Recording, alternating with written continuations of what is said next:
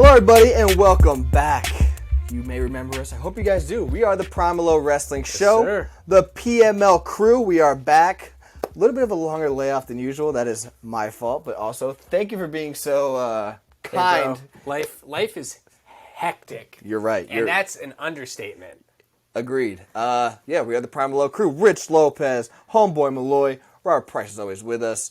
Let's get the cat out of the bag, man. During this layoff, which is, like you said, been crazy, we just couldn't fit with our schedule, so we figured out, hey, we're going to have to start kind of like pre-recording stuff and then, release them, whatever, because we don't really like to cover in-depth of new stuff. So we like to talk about the old stuff. Obviously, keep you up to date with our thoughts on newer stuff, but that's not our main topics. So we decided to, because of our schedule, kind of dip away from Lose the Radio and Steve, who was our producer. So we're trying to, go gung-ho with our stuff on our end because of our schedule. So if one episode you don't hear us, go up to date of like last week with like Big E and McIntyre or whatever, wait for that. We might talk about a pay-per-view, coming up and, obviously recapping it once it's gone. But we're going to try our best. Thank you to Steve and Lose the Radio for being so understanding. And they obviously offered help if we ever do need it going down the road. So I just wanted to give a quick shout out to Steve.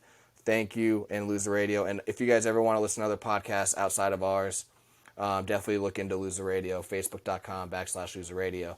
But yeah, we are the PML Wrestling Show. Before we even get started on how long this layout has been and what you've been up to, Facebook, Twitter, Instagram, @PML Show.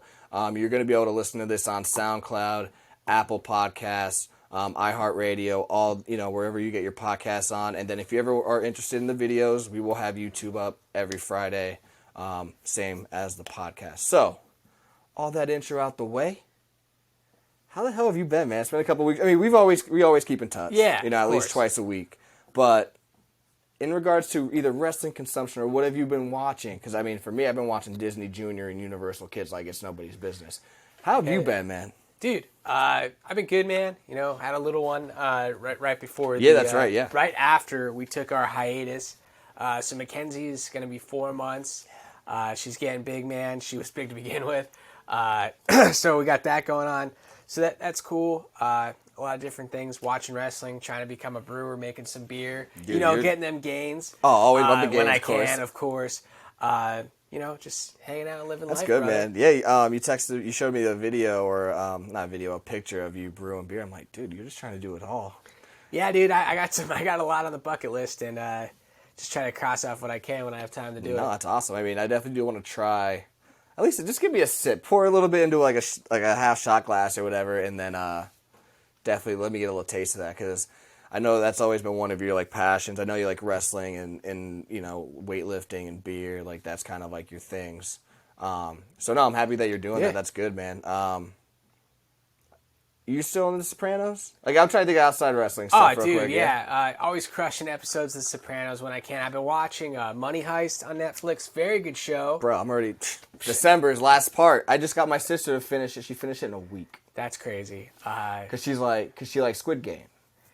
And I was like, oh, if you like that kind of show where like the audio, because obviously it's different. It's dubbed, it's dubbed. I'm like, if you like that stuff, I'm like, watch Money Heist because that shit is awesome. And then she texted me, she's like, this might be the best show I've ever watched. I'm like, you love The Office, Sam? She's like, I know. I'm like, whoa, that's crazy. Yeah, and there's such a good show. It is really good, and I think it's funny at times. Like the stuff they say doesn't match the subtitles. I'll be like chilling down here if I'm like doing laundry or something, like watching it, or just like hanging out and I like kind of read the subtitles along with it, and I'm just like, oh, what? So that show's awesome. Been watching that when watch I can. Squid Game then if you like that kind of like if you're okay with that, watch Squid Game for sure. Yeah. I'm just happy it's dubbed because I remember I used to watch movies in Spanish class because I had to. I had to read them in English and write reports on it. Yep. And I was like, this movie's really good, but I really don't want to read it. That's how it goes. If I want to read, I would read a book. Do you usually read movies with captions? I always put it on with captions because sometimes I just can't hear it. Yeah, that's how you know you're getting old when you start enjoying movies or TV shows with captions instead of like 20 normal. years of playing the drums, I don't think it's done good for my ears whatsoever. But hey, as is life, again, getting to do what you want to do. Getting older, having fun with going back to with the wrestling podcast. Have you watched any wrestling in the 4 months? The last show was in June. I've watched. I know SummerSlam obviously was huge. Money in the Bank was pretty huge too because that was the first crowd pay-per-view for WWE. Obviously, the AEW is kind of catching a lot of steam with the latest signees. So have you followed any of that, or has been the dad life been the DILF life? I've been crazy? definitely following the current products as best as I can. Big fan of Big E getting the big title belt. I still wish there was one main champion, and I love what Roman Reigns is doing, but I'd rather see like Roman versus Big E than see Lesnar versus Roman for the 100th time. It's just, they get one good storyline. At least you finally have a good. At least it's a different dynamic this time. It's a very different dynamic. I like the workings of the Usos. So I like the current stuff on the network as well. Stone Cold Steve Austin's podcasts are great. Yeah. Knocks them out of the park, but I think that's the best thing on the network. It's the best thing I think in wrestling right now. It really is. AEW delivering every week, in my opinion. I kind of wish like they would just build their own stars, but I've been watching that. I got the pay-per-view. Hopefully get the next one. I think that pay-per-view is probably the best wrestling I watched the whole time we've been apart. Yeah. And it's cool to see the crowd back, though. Happy for that because wrestling is definitely better. I was just saying, it's just crazy, right? Like even the good matches last year. Like I was thinking about like Rollins and Owens at Mania, McIntyre and was it Lash? I forget who he fought at Extreme Rules. I forget what it was, but that was even a good match. And it's like the crowd just. They could have gave it that extra, like, pizzazz. You know what I mean? Sometimes, matches don't need it, but you could definitely tell the difference on when you're performing in front of a live crowd and when you're not. Even watching it, you know what I mean? Yeah. I thought SummerSlam was a great pay-per-view. I didn't watch too much of Money in the Bank. I thought it was okay, especially for the first pay-per-view, returning. But I thought SummerSlam was great. I've watched a couple AEW Dynamite shows. They're not bad. I definitely think that they're better than, like, NXT when they were going head-to-head. So I think AEW is going to even garner more momentum going into next year. I think this year, for some reason, I feel like they're still kind of focused on like going after WWE. And I get it. WWE's been the like lone star for 20 years. So like anybody that's trying to compete with them, they're always going to be asked questions about them.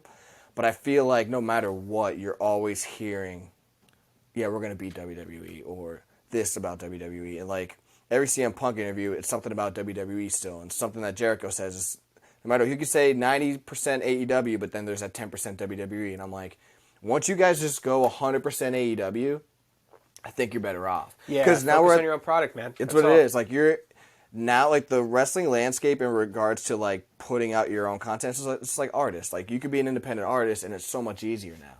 You know what I mean? Yeah, like to 100%. do it with with the invent of the internet and all that kind of stuff. And I feel like.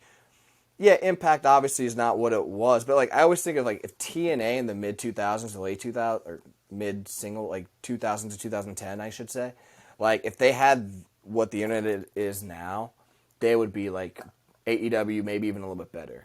Yeah, because they had some more people in their prime. Just think they had the Hardys in their prime, some Dudley Boys in their prime. You still had Kevin Nash, you had Scott Hall, Jeff Jarrett. I mean, there's a lot of good talent there. But I do like that I get to see on the internet now, like these different high-level independent promotions being focused on it in AEW, and it kind of I'll give you that, yeah. It to me shows more of like an NWA from like the '70s side because like AEW belt's like the main belt, but like you have Kenny Omega going to AAA, you have Jon Moxley GCW. You have, There's a New Japan title, right? Or there's no? a New Japan, yeah. The U.S. title, right? Lance Archer won the U.S. title. Yeah. You get to see stuff with that, and then also in TNA as well with the back and forth of the Bullet Club, or the whatever they're called now. The Golden Elite, right? Yeah. Or something like that. So it's kind of cool to see how they all go back and forth, and there's a lot of moving parts, and I think a lot of money's. I think right now is probably the most lucrative time to be a pro wrestler. Agreed. Because there's a lot to do, and there's a lot of work available. So I'm happy with the current product. People are shitting all over it, especially the WWE product, but I'm like, dude, Drew McIntyre versus Bobby Lashley was a great feud. I agree. Big E versus, I think Drew McIntyre is going to be a decent feud. And then it's amazing to me that I think the New Day have been just as relevant as because everyone always wants to like ride hard on the like the Young Bucks and stuff. Like, oh, they're the greatest tag team ever. No, they're not. Yeah, they never got paid millions of dollars to be pro wrestlers. So I think they're the greatest non-WWE tag team ever. Yeah, I agree to that for sure. You know what I mean? I agree with that. I think the New Day is just as relevant as they've been from I guess from their start. You know what I mean? Like, are they as popular now? Maybe not. I think 2016, 2017 they're the most popular, but they're still just as relevant, which is cool. You know what I mean? Like, for a stable in this day and age with the amount of time you're on television to be as relevant as you were. Like, same thing with the Usos. Like, they've been a tag team for years, and you don't even want them to split. New Day you might, because they're a little bit more individual based, I guess, or character based. So you want that split to happen more than the Usos. But like, if you look at those two groups, which obviously I think we're gonna go down to that Survivor Series of 2021, which would be amazing if it does happen, and I hope it does happen. Like, those two teams, for what they've done all these years, to not even like, we didn't get the split, but it's all right. We still like them how they are. Like, that just shows how good that they are at their job. You know what I mean? And it's like the Hardy Boys. You didn't need the Dudley Boys. They didn't need it. All those Edge and Christian, I guess, because it was more of like I don't want to say this. I think it was a better transition of like the Rockers. Like, you knew Edge was going to be the star, but at the same point in time, Christian's a good heel. Yeah. So yeah, I mean, I'm currently excited about the wrestling product itself. And being able to do this will give me. I will put it in my head to watch more wrestling. That's why I told Christina, I was like, this 4 months, like, all I've really done is kind of watch like older stuff. Very and then true, I watched SummerSlam. I thought that was the best pay-per-view of. Maybe because it was one night though, I thought it was the best pay-per-view of the year. I would have to do a rewatch of that in WrestleMania, because I do think WrestleMania was good. I just think it was the 2 nights thing. Even though it was done right, I just don't know how good it actually was instead of excitement. But I love SummerSlam. Like I said, I didn't even watch Extreme Rules. I just completely forgot about it. And I also was like, it was like a personal protest. Not trying to be like those nerds that just like hate. I'd rather like be quiet about what I don't like than like complain. I'm the same way. You know what I mean? Like, I don't like to like pick apart, because I'm not in the office spending 20 hours thinking of ideas that might get turned down. So like, I just hate to be that guy shitting on people that are busting their you-know-whats to try to make a product work. So I usually just be quiet. But I will just say the reason why I didn't watch Extreme Rules is because I hate how you could advertise Roman Reigns versus Lesnar, but Roman Reigns didn't even defend his title at the pay-per-view beforehand. Exactly. It's like, you're already giving away what's going to happen. And yes, I know wrestling's predetermined. I get that. I know that. I'm not 15. Not 15. That's still too old. I'm not a 9-year-old naive boy. It's just like, to me, there's certain elements that you can respect the sport intellectual aspect of it. Like with UFC and boxing, you don't know who's going to win. So you can't, can you expect what can happen? Or, can you, if this happens, this is the next fight we're going to. Yes, but there's a way to do that. You can't advertise already what's going on with wrestling, you know what I mean? Because like, of the predeterminedness of it, you know what I mean? Which kind of sucks. So like, the fact that you kind of already ruled out the Demon versus Reigns, I'm like, well, why am I even watching? You know what I mean? Like, it was just stupid to me. And I thought, like, Finn Balor has just a chance of beating Roman Reigns. Well, it's Demon Balor. He's undefeated, you know what I mean? And I've always said Demon Balor should lose, so it's kind of more intriguing whenever it is the Demon.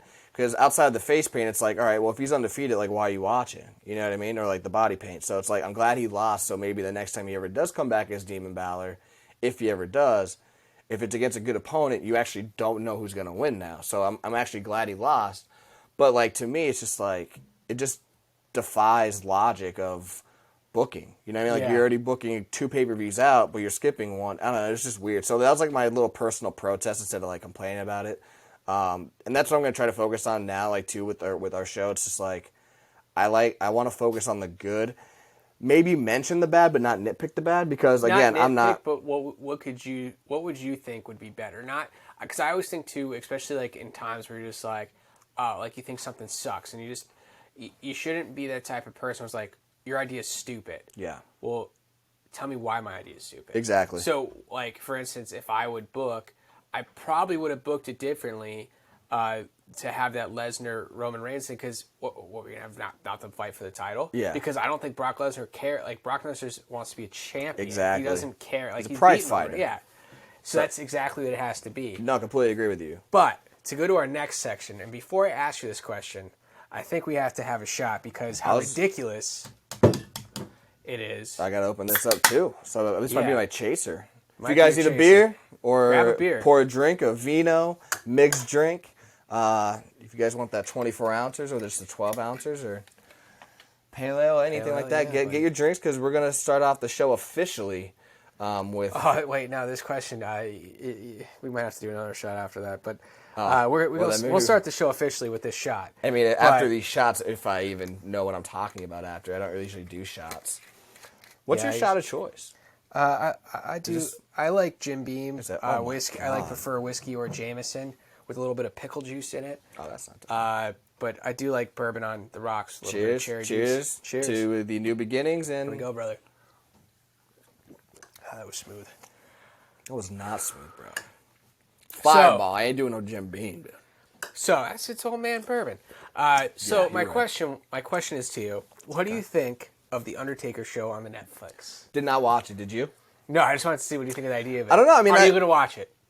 I'll say this: I don't have any intentions of watching it, but if I do watch it, it's because of the New Day. Yeah, same. I think the New Day is so entertaining. Like even like that 24 that Big E had was so awesome. You know what I mean? Like I just think that they're so cool about the company. I think everybody likes them. But then like when it comes to like putting their entertaining caps on, like they're just so good at that. I used to not. I guess I'm still not 100%. I mean, if I had to rank them, I would go Kofi, Big E. I guess 1A, 1B. But like I don't know why. Like Xavier, for some reason, I don't gravitate to him that much. But I will say he's still entertaining. I hope he wins the King of the Ring. That's what I mean. Yeah, I mean, him or I think Jinder Mahal is gonna win. Heels typically. It's a heel thing. It's a heel thing. But my second question on this, and we could go into our main topic discussion or talk about whatever you want, for instance. Yeah. But do you think Taker's coming back to wrestle again with this, or you think he's just going to keep doing stuff like this to keep him occupied? Because he's not like Austin or Rock, like going to be an actor now, because he's in that top tier talent. Oh, 100%. Cena, as Rock, as Austin, but maybe he's just playing the same character just in a different light. Yeah, I mean, it's weird. I always felt like he, as old as he is, if you do it right, you could definitely have him have one last match with, like, a mass crowd. So, like, a SummerSlam or a Mania, especially with Mania going to L.A. So, like, part of me is like, yes, because as much as he says he enjoyed his last match with AJ, I really feel like you could, well, A, do a rematch of that, or just B, just do another match at a Mania, and then, you know, maybe just keep it like 8 to 10 minutes, but he finally gets that last hurrah. I mean, everybody's just going to want him back for the entrance anyway. Do you think he just comes back as the American Badass? Like, kind of like how he wants to be like, because I think he would play like that's a good old gunslinger, like a Clint Eastwood or something like that. No, that makes sense, yeah. I mean, 100%. So, I mean, I do actually want to see him get one final match with a crowd. I mean, Jesus, we're watching Sting still. Yeah, I say Sting could do it. I mean, he's not bad. He could have a mentor. Yeah. Could have, like, Undertaker could have a mentor, like, I don't know who it would be, maybe like Chains or whatever those guys' names are from Chains. What's the guy's name from those? Crowbar, maybe his name is? No, what are you talking about? Oh, Retribution.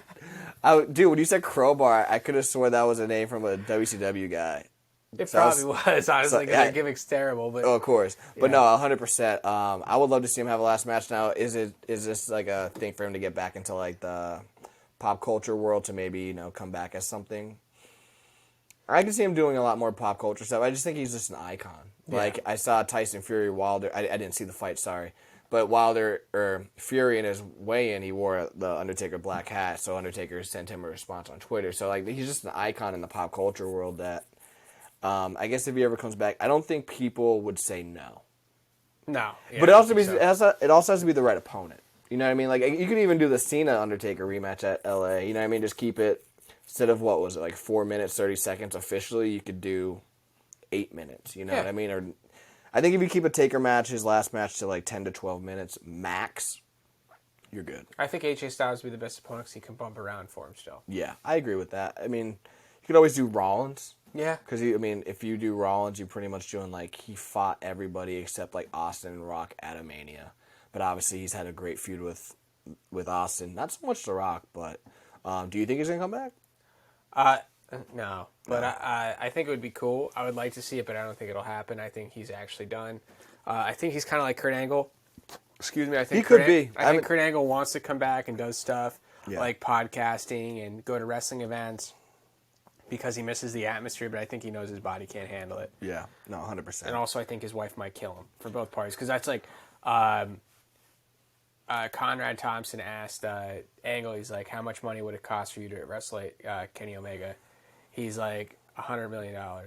Like, so it was like something crazy. That's like not, that. don't worry, it's not possible. Yeah, and he's like, he goes, and you have to pass it through my wife. He's like, because she sees what I have to go through every day to it's just live a normal life. And I think Taker's wife probably would be the same way. It's like, yeah, we have kids, man. Like, yeah, that's that the are thing. young too. Like their kids, like they're only like Taker as a daughter, I think is only like 8 years old. Yeah, no, you're 100% right. Like that's the thing too. Like the wives aren't so hard on them, like because of their profession. I think it's more them on a personal level. It's like, hey, like we know you love this. Obviously, look what you put your body through. But it's like you do have a family now, so like, yeah, that 10 to 12 minute match is gonna be like the highlight and like the obviously like the pinnacle, lasting image of your career. But it's like if something goes wrong at your age, because you also haven't. I mean, I'm sure he's training, but not ring training. It's like one bad bump. Can you be a father? You know what I mean? Like, yeah, because too, like even Kurt Angle, because I listen to we've been saying Kurt Angle for like 3 years. Like, Yeah, he should have stopped. Like, granted, the last year of his contract, he really didn't wrestle much, but it's just like it was just kind of like you look at him, it's like the guy's a shell of himself. Like, you know, he wants to be there, he wants to be out there doing, like, he cares. Like some other guys who don't, they're just there, like, okay, I can get paid to do this, like, whatever. So it sucks, but I mean, again, like those guys, like they travel the road so long, they finally settle down. They have kids now who are very young. I mean, Taker does have, like, I think this is Taker's technically second family. Yeah, but still, like, you want to be around for those guys too. Of course. So it's like, unfortunately, your life shortens the way it is being a pro wrestler because you're throwing yourself on your back all the time. Kurt Angle had five surgeries. So like, I'm cool. I would like to see like Angle and Taker, like if they ever got into like training people, especially the character side for both of them. 100%. Like, that's the thing too. Like Taker would be good because he made two different whole characters work. Like he went from a guy that you wouldn't even see in public because of his character of the Undertaker. Then even when he went to the Badass, he made it believable. Like, and it was probably his most true character. You know what I mean? Like, I think, and that's the thing that's crazy. His most true character to me wasn't as iconic as the Undertaker, like the Dead Man. I think Undertaker. the best version of the Taker was after he got buried alive. Then that Vince McMahon Kane storyline. Oh yeah, yeah. And he came back because he was just like, I don't know, like just like this. Different. It was. Well, that's it was the thing. like, That's 100%. It was like LOD 2000, but a good version. Yeah, of it. You know yeah. what I mean? Like, so that's something I truly enjoyed. And The like, thing that's kind of crazy too is like I feel like he was that character longer, like that. He was, that yeah, UFC boxer, like old Western. he's like a striker. Yeah, yeah, I completely agree. Like to me too, it was like I think his latest character, which I guess would be like a hybrid again. So it's almost like, I mean, I guess it would be the American Badass, but just a different dynamic of that it. That still has like powers. Like that's the cool thing about wrestling, though, because it's still like you're playing it real, but at the same point in time, the Undertaker has like he could set people on fire. He could strike lightning. Yeah, like, he has these powers, which I still think is kind of cool for like even people our age. Cause I'm like, oh man, he's gonna bury someone alive. Like Seth Rollins not going to do that. Oh no, of course. That's the thing. It's what I so mean. it's like it puts like Taker's character here, and yeah, like, just a different level of Roman Reigns like right here because like he's not gonna set someone on fire, bury someone alive. Like I don't want to say. Like, I know what you're saying. I don't want to say believability because Yeah. it's like, oh yeah, you can't do that. I would say the word acceptability. Maybe acceptability is definitely. it's like, oh yeah, he better. could do that. That's fine. Like I get it. It's his character for the last 40 years. Like Yeah. I'm not gonna say no to that. You know what I mean? But I was gonna say like the thing that sucks about his age is like this new reincarnation of the American Badass. I think would have worked in this era. Granted, like I've always like I just said it like the Dead Man gimmick, or I'll just say the Dead Man version. No matter what, because he's so successful at that, and that was the best. Like that will always be accepted. But I feel like this version of the American Badass, especially with the AJ storyline, it was so like what? It was like 5 weeks of a build-up, so it was like a short build-up, but it was just like, oh man, like this is cool. So it would have been cool to see him go against like a Roman Reigns or even like I think a Randy Orton feud would have been cool, or a Drew feud. He can go against Drew because I do think Drew's going to go heel again. But no, I mean I've always said that with Taker, like he should definitely do like a character school. And then. Oh, no, we did our test last week. I was going to say, we talked about Angle, but no, I guess you guys technically didn't hear it. Always said... I thought it was a good topic to talk about. Oh, what'd you say? I brought it up again because I thought... Yeah, my bad. I kind of just broke the fourth wall, but hey. It's all good. It's all good. That's what you guys tell us stuff, we tell you guys stuff. No, we said last week, I think Angle would be... I said him and Brett, I believe. Well, actually, I said him, Brett, and Benoit, but obviously you can't do that. So Brett and Angle, I think, would be like the two best best trainers. If they were to give their 100% into it, like input, they hire the trainers that they like, all that, because I think, this is what I think wrestling's missing maybe the most, is like believability. Yeah. Like, if you put the athleticism of this era with the believability of what Angle and Brett did, some of Sean's stuff, like, I just feel like that would be like the perfect mixture of Guerrero's another one. Like, that'd be the perfect mixture of like what wrestling is to me.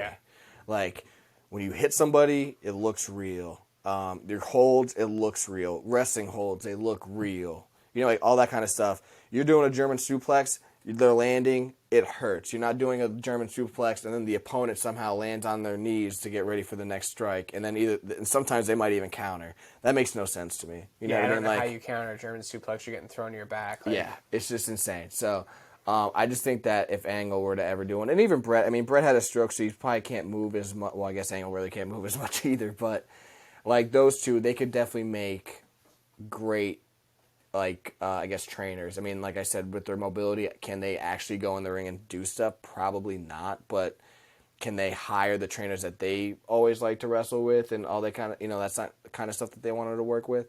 I think they would be great at that. I mean, I wasn't never the biggest fan of him, but I will also say I never watched a lot of him to judge. Like, Lance Storm has a training academy. It's probably awesome. Yeah. Because, I mean, I always think of him and Jericho because they went to the business together, and they're from, like, that Guerrero era, the Benoit, the Malenko era. Brian Pillman Jr. Really? Yeah. So, I mean, I'm sure he does a great job because he looks like he's in good shape. I saw him on the dark side of the ring a couple episodes, and he looks pretty good. Yeah, he's in good shape. Another one would be Dean Malenko for sure. He has, honestly, he has Parkinson's, though. yeah. So. I think he's actually something at AEW. Oh yeah, he's a producer Yeah. type. Well, whatever they call it, producer, agent, booker, whatever it is. Yeah, because he was doing that in WWE. Yeah, exactly. So, but yeah, I mean, I definitely think like that era of, I guess you can almost call it the cruiserweight era of WCW. Like, they would all be good. Angle, Owen, if he was still alive, would be good in the WWE version. I think Shawn was good. I just don't think Shawn, when he had his training school right after his injury in '98, so like that '99 to 2001, I just don't think he was sober at all times. So yes, he did produce Brian Kendrick and he did produce Daniel Bryan. And Lance Cade. I definitely think he could produce a lot more if he was the Shawn Michaels of now, where he's at NXT giving everybody pointers day in and day out. Yeah, I think Shawn Michaels just opened a school because he needed something to do. Yeah, exactly. He needed more income, probably more money. Probably an income. I mean, he was still getting his WWE contract, so I mean, he was just like, all right, well, I'm not working. Let me just get something to do. Yeah, let me I get need to go bump around. let me get more income. You know what I mean? Yeah, so it was probably just like, I need to get away from my house for the day. I can go drink some beers and tell some guys like, hey, hit the floor. Exactly. Do some push-ups. Exactly. So, yeah, I think Shawn Michaels now is probably, I mean, even Adam Cole was saying in interviews like how he's still close with Shawn Michaels. Yeah, he talks to him like every day, yeah. That's awesome because, I mean, Shawn Michaels knows how it is. You're going to play for another team. I mean, his close friends did. Yeah, so it's like, it's very, very common in wrestling plays. But our main topic discussion today, we were going to talk about what made you a wrestling fan and what are some matches and stuff that you would recommend to someone just first getting into wrestling. Rich and I have been wrestling fans for, I would say, probably myself about 20 years and yourself, what, about 22, 23 But years? yeah, I mean, my first images of wrestling were at like my grandma's house, probably when I was like 4 or 5.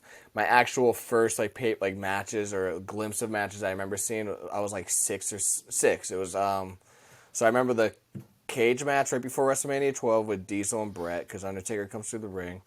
Then I remember WrestleMania 12 with Shawn and Brett. And when you're 6 years old, 60 minutes is just way too damn long. So I just remember certain like bits and pieces of that match. And then I remember the Hell in the Cell match with Mankind and Taker, because I remember walking. I didn't watch that live, but I remember watching that like the week after I went to the mall. I went to the place called The Wall. Do you remember that or no? You might be too young for that. Was that like the movie theater in the mall? No, it was just like almost like an FYE type of mall. or store. Cool. Yeah, I don't remember that. But they had wrestling DVDs or wrestling VHSs that you could buy. So this is me at 8 years old. I guess technically 7. I'm not 8 yet.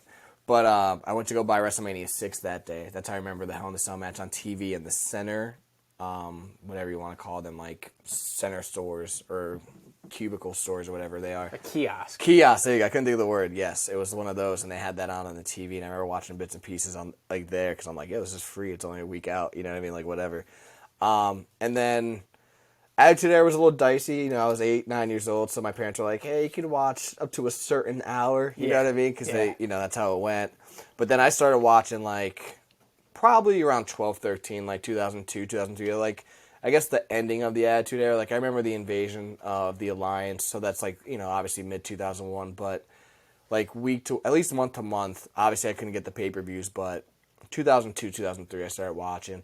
So that's why like when everybody talked about the Attitude Era, which, I mean, grew up on I love The Rock, Austin, and like 97, Shawn Michaels are like my favorite 3. The Attitude Era, or the Ruthless Aggression Era, to me, it's probably like the best overall.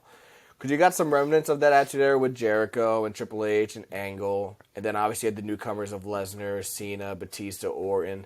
And then you had like the wrestling machines of Jericho, Angle, Benoit, Guerrero. Like, so to me, like that Ruthless Aggression Era, which I don't know when part 2's coming out, by the way. Like that was supposed to come out like last spring or something. Yeah, like last fall or spring or whatever, like you said. So I'm glad that that's finally starting to get a little bit of shine because I think that's like the most underrated or forgotten era. But all that to say, that's kind of like the wrestling matches that I remember watching. Now, if I were to give you my favorites, I'll let you go before I do that because I wanted to hear you, like, just to kind of, you don't want to hear me talk for 30 minutes and then you for 30 minutes. So do you remember, like, when you started watching, was it continual or was it kind of like me where, like, do you remember fragments of stuff and then when you started watching regularly? Or I remember, like, so I probably met you when I was 13. So you're probably 11. Yeah, I was 11 or 10 when I met you. Yeah. And I'm not sure what came first. The chicken or the egg? Chicken or the egg, right? So I know we used to wrestle all the time when we were kids. Trampoline. Trampoline. This man's house. Yep. And then outside in the burner. Did you wrestle in the backyard of the burner? Like we used to wrestle in my backyard. It was like the Rumble. Yeah. Yeah. We wrestled. So I think what came first is I watched it with my grandfather. Okay. And my grandfather, he'd watch it here and there. Like I remember hearing stories now, like especially since we tried to be wrestle everything in between from what happened from then and there. My uncles like would go see wrestling. My dad would watch wrestling, but like I remember watching it the most with my grandfather. 'Cause I used to hang out with him every Friday night. My mom would go do stuff with my grandmother, and I remember Undertaker come out on a motorcycle. So when was that? I mean, 2000 was when he first started. So like 10,000. He saw like the big ponytail and stuff. Yeah, and, 2000, like, the big 2001. Yeah. Yeah, and I remember my grandfather saying, he's not the same, but this is pretty cool. And I remember like talking about like the motorcycle, because he was into Harleys and stuff, my grandfather. So he's talking about all the bikes. He's like, oh, this is awesome. Like, watch this guy. He's like, he's going to beat this guy up. Yeah. And I remember sitting at my grandparents' kitchen table watching this with my brother. Yeah. And then literally we saw Edge and Christian that night. We thought it was awesome. Fell in love with it. Watched it ever since. And then like my mom, it was the middle of the summer too. And my mom and grandma were out the store, and like my grandfather, like, you know how your pop is when you're a kid, you take a nap. Of course. we're 11. Yeah, so I was probably 11 or 10, and my brother was like 8. So I figured to put my brother on top of my shoulders from my grandmother's cabinet area. Yeah. And came home, and I was learning to walking through the kitchen with them because education, bro. That's right, baby. And I showed paralyzed him, that man. You paralyzed Q. And my mom's like, Dad, like, what's going on? He's like, yeah, red-handed. So that's my like first wrestling story. But I think I watched it like with him prior to that. Like it would just be on and like fragments and stuff. And then I remember I met you. I remember I would watch it with Palachek, but then like I met Palachek, and I think I met you through Clappit. I'm not. Yeah, I honestly don't remember.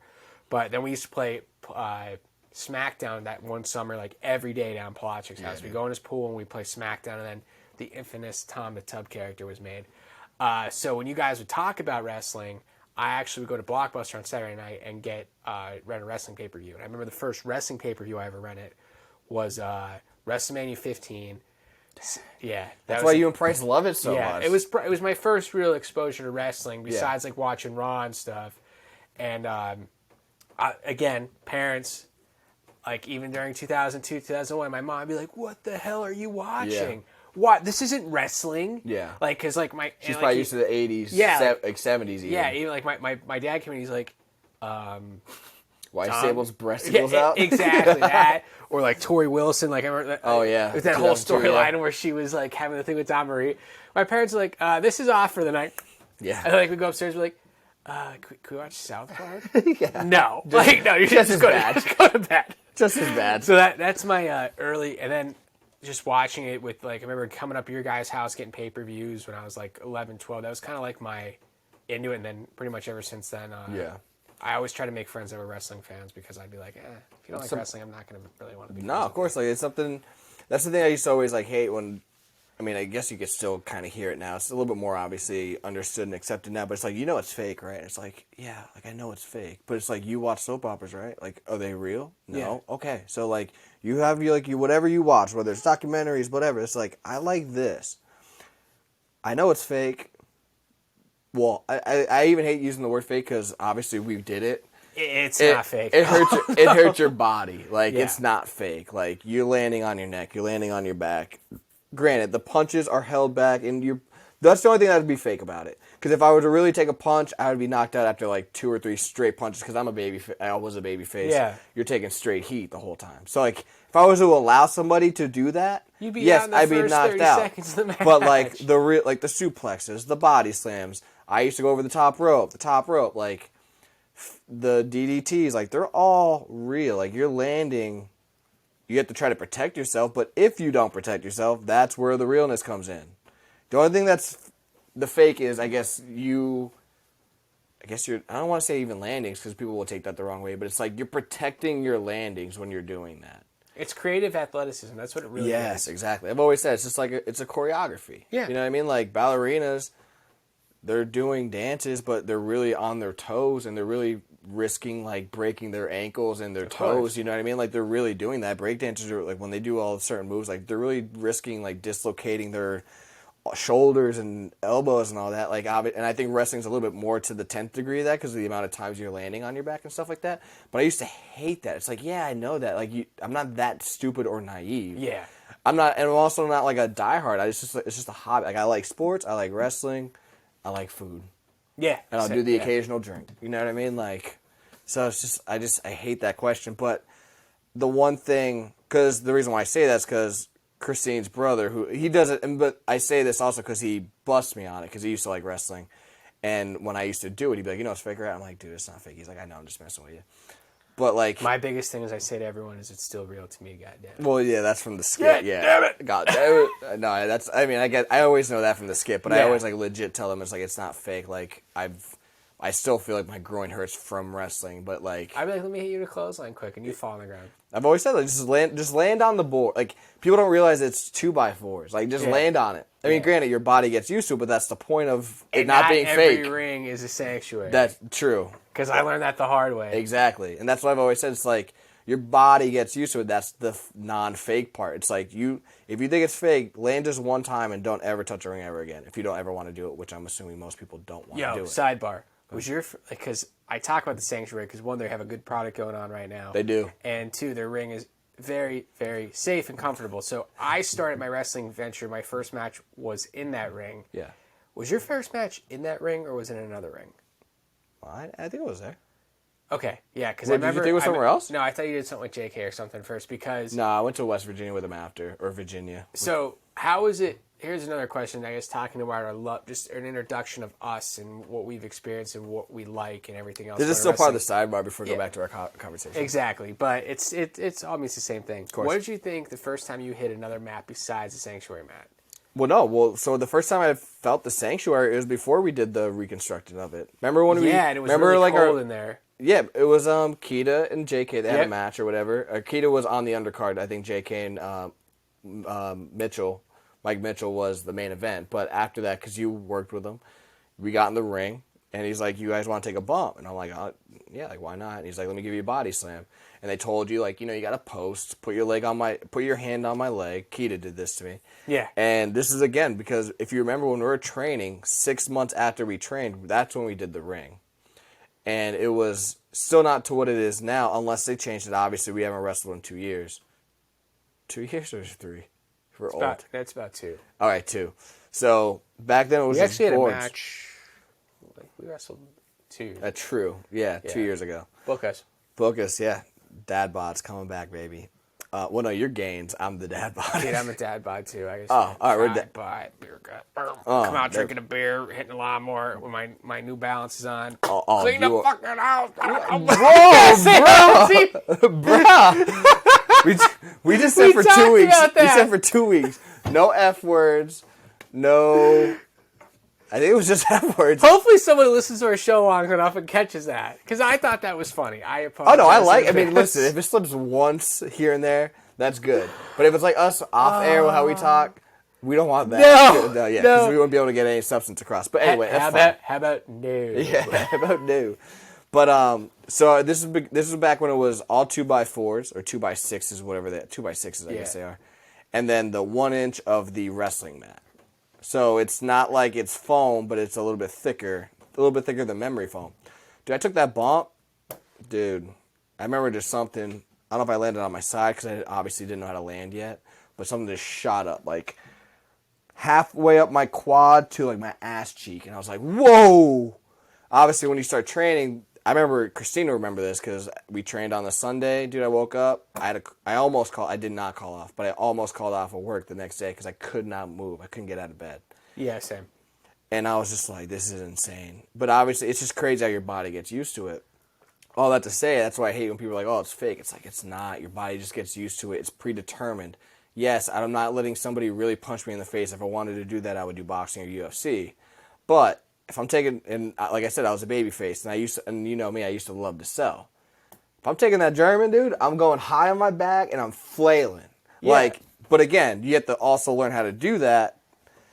But that shit hurts, dude. And at the same point in time, too, you just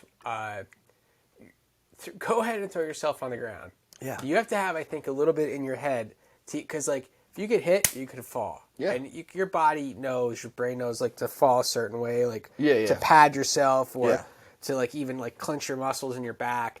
But having the mindset yourself, like as soon as this guy comes right here and grazes me, I'm gonna go bah. Yeah, you have to. Yeah. And it's like that's why the first 2 weeks we did were just bumps. Yeah. I remember just like I can't like I'm 20. I was 26 when we started, which is pretty like. I guess it's pretty late, obviously, when you start. Luckily, I was a little bit, I was a little athletic and I was a little athletic, very coordinated. I'll say that.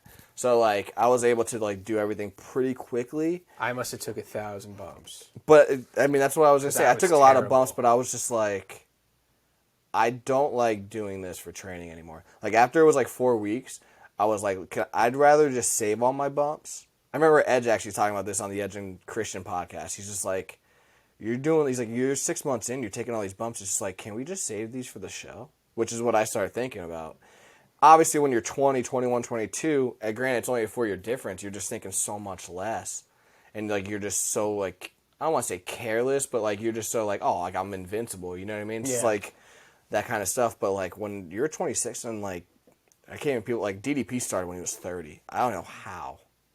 Like, late 20s, I'm pretty sure it was late 20s, early 30s. Yeah, I would. I honestly have no idea. Now. Yeah, I don't know how you would not be able to do that. I could go train maybe. I would go up and train like on a Sunday, have some fun, maybe take a couple bumps, do a match. That sounds good to me. Hey, JK's in a really good story. Well, sorry, the Dark Horse Johnny Moran, who we had on our show, if you guys followed us a year ago, he's in a really good storyline at the Sanctuary. Like you said, they're doing great things. John Trotsky's doing great things. Those two are responsible for, I guess, I don't want to say introduction. Oh, I guess introduction, right? Well, Moran is for the introduction. Yeah. I guess Trotsky for letting us, take a couple bookings there. They're doing great things, so definitely follow the Sanctuary. There's a lot of good independent wrestling, though, throughout they're Pennsylvania. 100%. Check them out for sure. But the Sanctuary, I think, is the top-notch place at the moment for good product, good storyline, and also good production. Yeah, I was going to say the production is top-notch. I completely agree with that. Back off the sidebar. I mean, I always like to use the example because Christine wasn't traditionally a wrestling fan. She watches it with me when it's on, but like I don't know how Sam, like your wife Sam was. Favorite matches, I guess, either favorite matches or matches that you would show somebody that wasn't traditionally a wrestling fan. Yeah, so for her, she knew a little bit of wrestling, but I think more the 80s side of everything. First thing I showed her is like I think the best thing about wrestling is the promos. Yeah. The characters themselves. So I showed like a bunch of Rock promos, Shawn Michaels promos, and like a lot for her was just like, what are these people wearing? Yeah. Because it's like I just think in wrestling alone, it's just 10 years behind. So it's like Shawn Michaels in the 90s literally looked like a man in the 80s. Baby. Hey, that's how it works, baby. Rock was rocking when he was rocking in the 90s. People were rocking that like house parties when he was going to Florida State University. Like, bro. Yeah, that was bad. Wrong place. Miami. Thank University. you. Jesus. First of all, The Rock might slap the shit out of you for saying that. Hey, come on our show and you could slap That's the me. biggest rivalry ever. Well, not ever, but it's definitely up there. It's like, a very big rivalry. Probably the state of Florida, right? Oh, yeah. I mean, definitely, that's what I should say. Definitely a Florida, probably. I would assume, unless Florida State is. I obviously don't live in Florida. But history would say that Miami and Florida State's a pretty big one outside of a couple. I mean, you definitely have Ohio State, Michigan, Bama, Auburn. But definitely Florida State, Miami is up there, and you just mess that up. But for sure, showing people stuff, I always start with just promos because I think some of them are hilarious. Some of them it's a are good way to get awesome. into it. Rock's Shawn Michaels stuff, and anything Ric Flair did, and then at the same point in time too, showing Steve Austin's like first promo. I remember me and Sam watched that. She was just like when he won the King of the Ring. Yeah, she's just like, wow, that was like a punch you in the face. Like it was. You could just feel the aggression, right? Yeah. Like the people like. She's just like, I wasn't expecting that. Yeah, imagine people in '96 watching that product during the new generation, where you're having like the Goon and Duke the Dumpster, like, and then you see that, you're like, oh yeah, this is what we need. That's actually a what if I want to bring up to you. I know we've done what ifs in the past. We could definitely save that for another show, obviously, but. Any matches though? I know you said promos, but was like not even if. I mean, I know you just said that to Sam, but like, let's say your brother Mike Malloy. I'll say Mike to be formal, but I call him Q. Like, we should actually have him on the show one day. You need to get another seat here because I have some bones to pick with that mother effer. Undertaker test. Yeah. SummerSlam 2002. That was a highlight of your bachelor night, dude. Your not bachelor party. It was the celebration after the rehearsal, the wedding. It was so like the night before party. That was a great night. The night before your wedding. I don't want to say it. The night before this man's wedding, his best man, his brother Mike Malloy, told us something. Talking about our show, he's like, "Yeah, I like your show," blah blah blah, and then he said something that just. I don't know how you felt, but I mean, I just turned around. You saw my eyes. I was like, "What the hell are you talking about?" You saw my eyes. Just look right at him. I'm like, "You need to come on the show, and we need to discuss this." I don't know if his views have changed.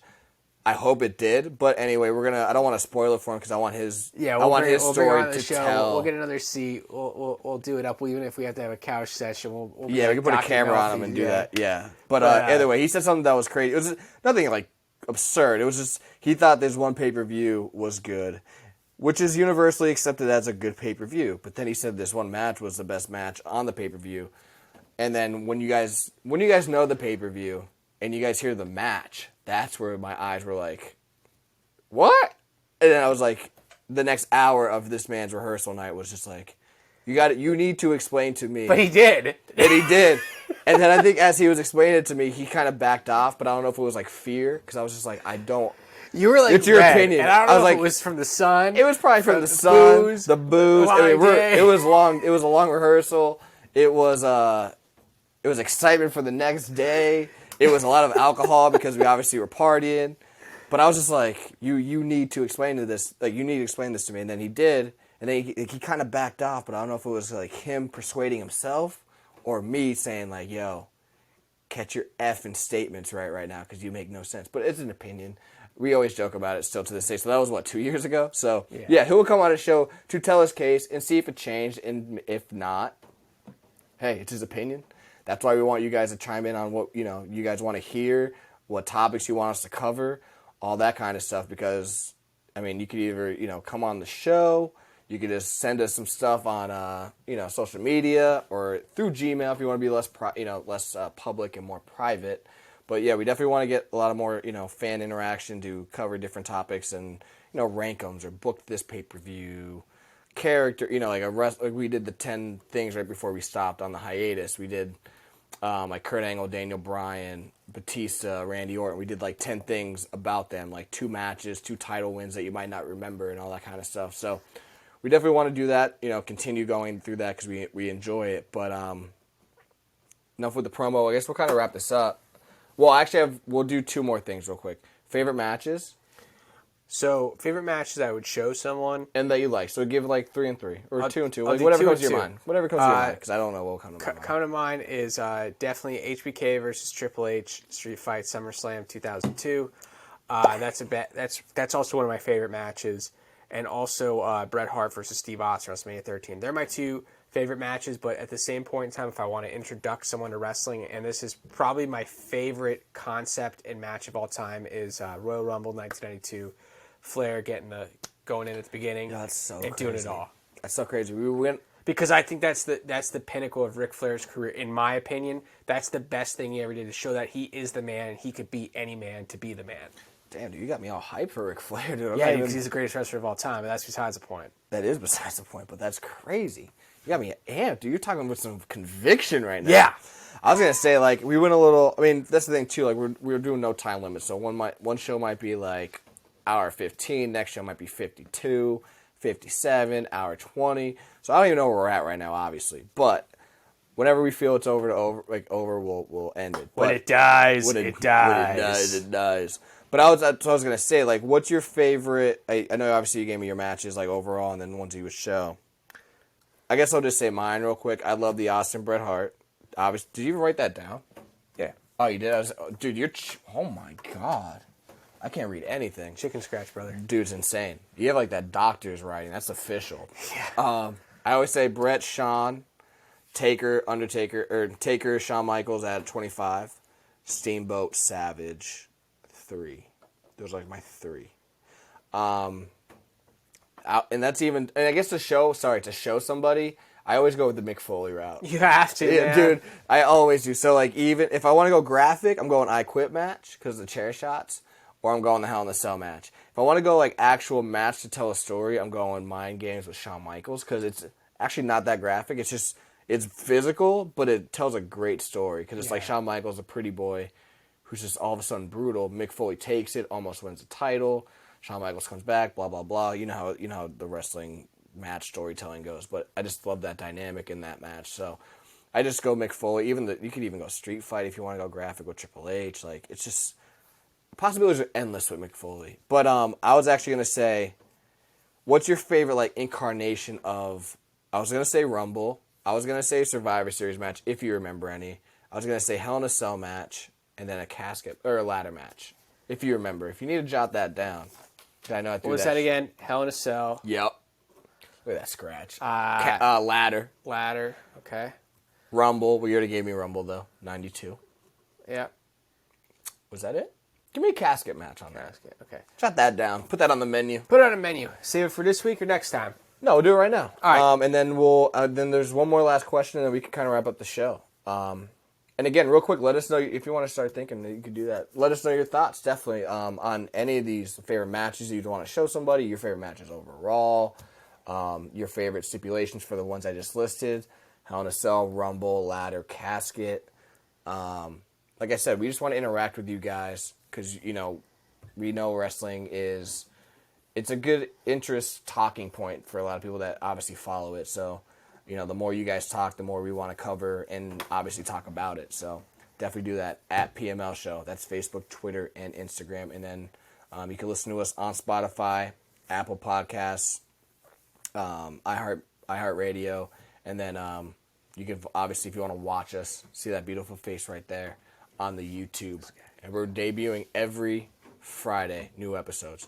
So, did you already write it down? Yeah. So, dang. Okay. Hell in a Cell, I got Taker versus HBK, the original. I think it's the best. You just rip the cage off with Kane come in. I still have weird dreams about Kane, like, in my nightmares. Okay, good. It's crazy. It's Thank crazy. God you said nightmares, because you said Yeah. weird dreams. I was thinking something different. Whoa, they aren't wet. All right, good. Thank God. Also, ladder match is WrestleMania 17. I just think it really just brings in some of the ECW, WCW connection with a lot of these characters. Yeah. But the match itself was dynamite, Ooh. as in the words of our friend Dude Love. Okay. Casket match. I couldn't really think of any off the top of my head, so I just picked the Mark Henry match. At Oh WrestleMania. my God, bro. Anyway, if you don't want to follow us anymore because of that discrediting match, you can definitely do that. Not like it. I mean, hey, it's on the main stage. That's all I'm going to say. I'll give you that. It's on the main stage.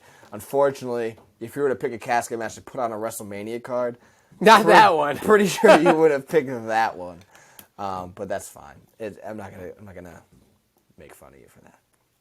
Hell in a Cell match. I got the first one also. That's my favorite one. What the hell? Oh, the 10 thing. Hell in a Cell. Yeah, that's my first one. Shawn and Taker. Ladder match. I got the first one. Shawn and Razor. I love that match. Royal Rumble. I used to always think up until like 2 years ago that 92 was kind of overrated, because I always said, like, if you watch 90, like 89, what was the first one? 88 to 91. Like, you really only think like one person or two people are going to win. Where in 92, there's actually like 5 people that are, that could possibly win. You're like, all right, cool, that makes sense. So I always felt like just because of the people in it, that's what makes it, I guess, overrated to me. I do like 92. However, because you picked 92, I'm going to go 2001. That's a good one. Where Austin wins, and Kane's the final 2. I wish it was The Rock and Austin, yes, but whatever. I'll definitely take that. Undertaker was in there. Rikishi's in there. It's a pretty good one. 2007 is a good one also. But yeah, I'll go 2001. Casket match, I'm definitely going Shawn and Undertaker. SummerSlam, right? No, Royal Rumble. Royal Rumble. 1998. Yeah. And I know I have a lot of Shawn Michaels in there. He's actually, I guess he's my favorite wrestler. I was going to say The Rock is actually my favorite wrestler, but yeah, Shawn's up there too. So wrestling match-wise, that makes sense. But here's what we're going to end this show on. Our very first episode back together, having fun. Go back to your 12-year-old self or whatever, right? 12, yeah. Try to go back to your 12-year-old self. Tom the Tub. Or even just like a couple years ago, just that to now. I'm just saying, like, so look at the growth of Thomas F. Malloy Jr. to now. Is there ever wrestlers that you used to like, and now you're like, if you ever watch a match now or like watch a promo now, you're like, why do I like him? Triple H. Really?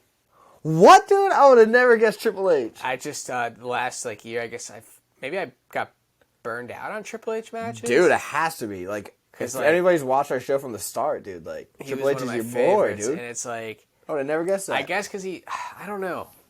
I would love to see him wrestle another match. Of course. I would. mean, I like his merchandise. I'm a big fan of his, gave a lot to the business, obviously, but just I guess maybe over the last year, I've watched a lot of wrestling, and a lot of it did include him because I was like, oh, I got to watch this match. I got to watch this match. I got to watch this match. Yeah. But now I'm kind of watching it for the opponent and not for him. It's just like, I don't love him as much as because it used to be like Triple H won, then Flair. Yeah. Now it's like Flair, Michaels, Scott Hall is more in that category for me because I just like that Razor Ramon character. Like, you know me, I'm big fan of that. So it's like then it's Triple H. He's still in the top 5 for me. It's not bad, but you just fell from number 1 to 4, which is huge, obviously. Yeah, that's very huge. Hey, it's that Alabama, that Alabama thing right there. They went from number 1 to 5.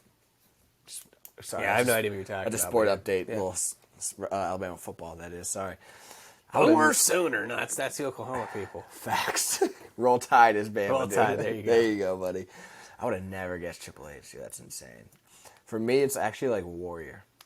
I know that man right there would be really pissed off at me. I was never a big fan of Warrior. So I loved Warrior. WrestleMania 6 is like my favorite pay-per-view because of, the cover, which is like I told you, when I went to the wall, it was to buy WrestleMania 6. It skipped, so I bought WrestleMania 12. That skipped, so I bought WrestleMania... Were these tapes used? It might have been. That's VHS, though. It's VHS. It might have been. Yeah, dude, I forget which one I got. Oh, 8. I bought WrestleMania 8, which is one of my low-key favorite WrestleManias. But Warrior, only for the matches. People shit on his promos, and I'm like, he's a warrior. Did you want him to talk like Ric Flair? Like He's a warrior from a cosmic universe. Yeah, like that's his gimmick. Like, did you want him to talk like Ric Flair or like His promos were his best thing he had going for him. I think so. I mean, Definitely wasn't his wrestling skills. his gear too. His gear, his run to the ring, and his promos would But have made him a millionaire. the reason why I go with that is just because like growing up, it was like Warrior Hogan. Yeah. And granted, I think Hogan's still like my number 2 spot for that era, like that golden era, very early 90s, late 80s. But Savage is like my number 1 now. Where growing up, it was Warrior, Hogan, Savage. It's now Savage, Hogan, probably Warrior. Might even throw Jake in there now, Jake the Snake, because his promos were just as good as the Warriors for my tasting. But obviously Jake's matches were a lot better. Yeah. So yeah, he might even go from 1 to 4. I mean, I guess based on that era. Warriors never like my favorites all time. I just try to like think of eras. I'm like, growing up, it was those 3. Like New Generation, it was always Michaels and Razor Ramon. Like those are my 2. Even Diesel was there. And Attitude Era, it was like I think we kind of like give our layers for that. So I don't want to keep going by layers or order of each generation. But long story short, like Warrior was my number 1 for that era. Now like I said, 3rd or maybe even 4th. Depends on how you it depends on what day you ask me. You know what I mean? I do wish there was a Jake Roberts Warrior feud. That probably would have helped ease. Well, they tried. True. You are right. They definitely put effort into that. It just didn't work out. But that probably would have actually like kind of, I guess, gave some clarity to my listing on that. But, yeah, I agree. yeah, I hope you guys enjoyed the show because I mean this is something we really never talked about. Like, I mean I know we talked like favorite matches and like who we'd show. But, like, what got you into it? Like, I never really knew that, you know what I mean? Like, it's kind of cool. And if you guys have any stories like that, please, feel free to share to us. Again, Facebook, Twitter, Instagram, at PML Show. Even, like, wrestlers that you used to like so much and then not really. Or even vice versa, wrestlers that you didn't like and now you kind of like. I can't think of any off the top of my head. I think, actually, honestly, I don't know. Maybe Ted DiBiase for me. I was never really a fan of him because his gimmick was, I mean, now that I'm older, his gimmick was so good. You know what I mean? It was awesome. It was so awesome. Now I'm like, he was just good. Even Owen Hart, he was so good as a bad guy. I'm like, oh, he's just Brett's younger brother. But now you like look at his matches and he's so good. So there's stuff like that where if, again, like vice versa, like least favorite became like one of your favorites or your favorite and became one of your least favorites. Definitely like reach out to us. Or like I said, if you guys watch a pay-per-view and you're like, yo, I want the PML Show to, book it or give your thoughts on it, hit it, just leave a quick comment. And we'll even book it anyways. I mean, we like to book stuff. That's probably what we're going to start doing. Booker, man. We're Booker, man. We're Booker, man. But hope you guys enjoyed the show. Enjoy your weekends. I haven't said this in a while. Enjoy that family time, food time, football right now, baseball's going on. Have a couple drinks, be safe, be responsible. If you guys ever want us to try, not want us to try, but if you guys ever want to, possibly join the show virtually right now. I don't know how people are with COVID. Yeah, virtually probably best. The virtual probably best. It's also very easy, too, to do it virtually. I was going to say, it's definitely a lot more easier and convenient. Definitely, like I said, reach out to us. We could definitely fit it in the schedule at some point. Maybe not the very next episode, but definitely down the road. Yeah. And that you could probably reach out to us on that, again, through social media or email, at PML Show, Facebook, Twitter, Instagram, and then PMLTalkShow@gmail.com is our email account. So hope you guys enjoyed the very first episode of The Return. PML Crew, Rich Lopez, Homeboy Malloy, Robert Price always with us. Until next time, well, I guess I should say until next week. Peace.